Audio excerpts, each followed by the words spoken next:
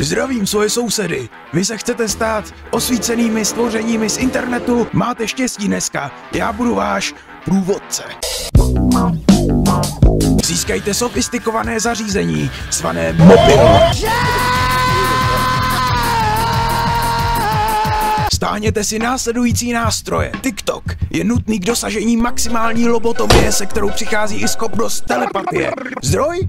Vytaženo z prdele. Twitch, kde budete sledovat zásadně hot tub streamery pro pokročilou zábavu a jistého streamera Hasanabiho pro nejlepší politické názory a nejzásadnější XXXV, teda tento nástroj slouží k odemknutí klíče k vašemu osvícenství. Zde se naučíte kňučet o každé píčovině. Cože? Soused Pepek jezdí s autem na uhlí do hospody, kde si zapálí pořádného bůfa a pak nedá to povinný 3 gaziliardový dýško číšníkovi, který mu přinesl ten vychlazený zlatý mok. Nic mu neřeknete, to je moc nebezpečný pro vaše duševní zdraví. Místo toho vyfočte a svolejte další osvícené vládce Twitteru a započněte exkomunikaci.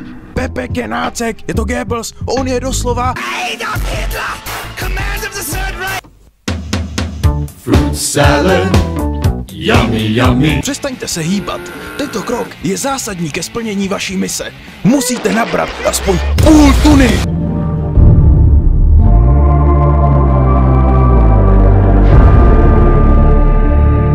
Přilepte se k silnici. Well, shit.